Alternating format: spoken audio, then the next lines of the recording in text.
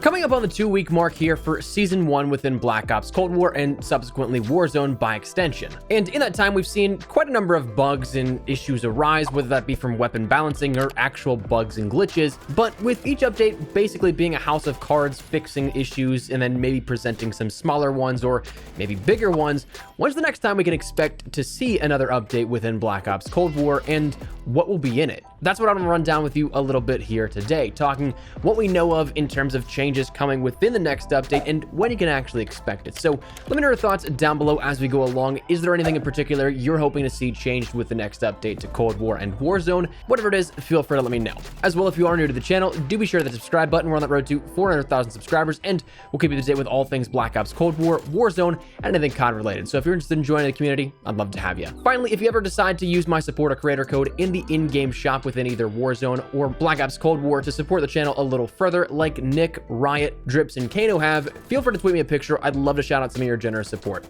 That said, let's talk about this coming update. So firstly, let's talk about when the timing of this update could actually be happening.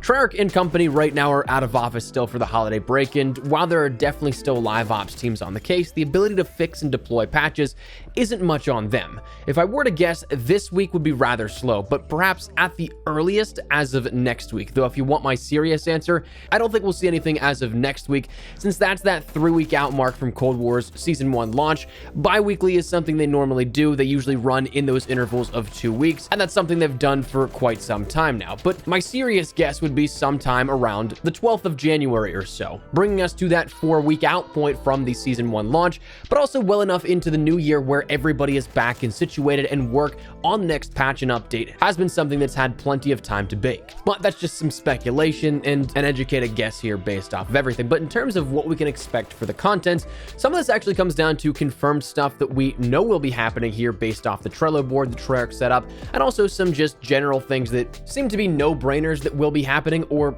hopefully happening. So firstly, let's talk about some weapon tuning. This may actually be more so specific to Warzone rather than Black Ops Cold War overall, but because it deals with Black Ops weapons, I wanted to talk about this. If you've played Warzone at all, you absolutely know there is a clear-cut meta right now going on. That being the DMR-14 with either the Diomedes dual wield or the MAC-10 overkilled. All three of those weapons are insanely good and stand out head and shoulders above everything else. I'd bet that if you end up making your way into a more so competitive lobby within Warzone, you'll find the majority of players running those items. And that's something that, to shake up that meta, even if statistically speaking they may not be some of the best, we have seen weapons in the past be changed up a little bit so that they're not so much used by everybody, that they're not the only weapons people gravitate towards. Things like those DMRs, those Diomedes, those MAC-10s, maybe even the Type 63, because that still is even a very comparable counterpart to the DMR. Those weapons, I would highly imagine, do have some weapon tuning. As for their standing in MP, it wouldn't surprise me if we see some adjustments there as well. But on the technical side of things, we'll see a bunch of things probably targeted here with this update, in which a big one that I haven't seen mentioned on the Trello board, but I would imagine is definitely on the table for adjusting, is that of the loadout drop hitching and freezing that occurs within Warzone.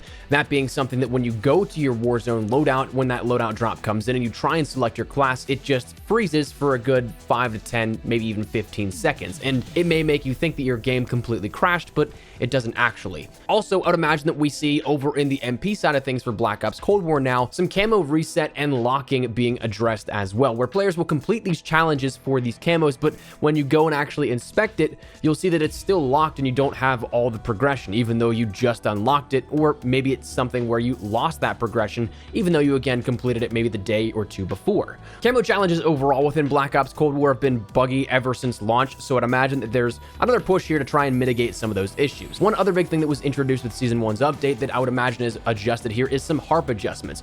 There's been a couple of bugs here that persist with this, where visibility and hidden players are a big issue with the harp right now, where it seems like players just arbitrarily are not showing up on the harp itself. And that's something I've seen not only firsthand experience of, but also plenty of other people discussing, where they just can't seem to see that these players are countered for reasons that aren't necessarily there. The perks that would normally counter aren't equipped on these players that are killing them.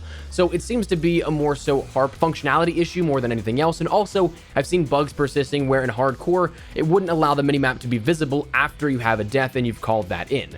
so therefore kind of making it useless if you end up wanting to use it. Over on the Trello board, though, there are a bunch of other technical things that have been confirmed here for the next update, such as the fixing of negative COD point balances, the quick join off of offline players being fixed out. You shouldn't be able to do that.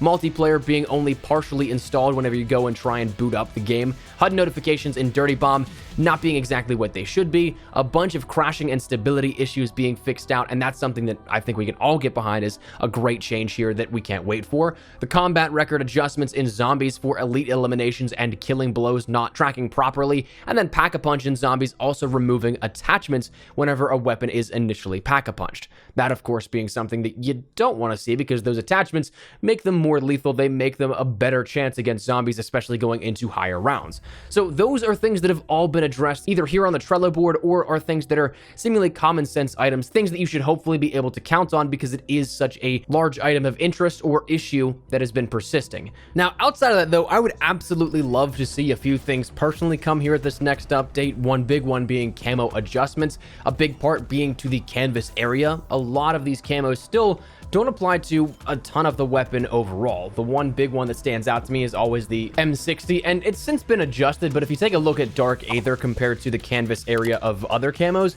Dark Aether doesn't even cover any of the barrel. It's literally only on the body, basically.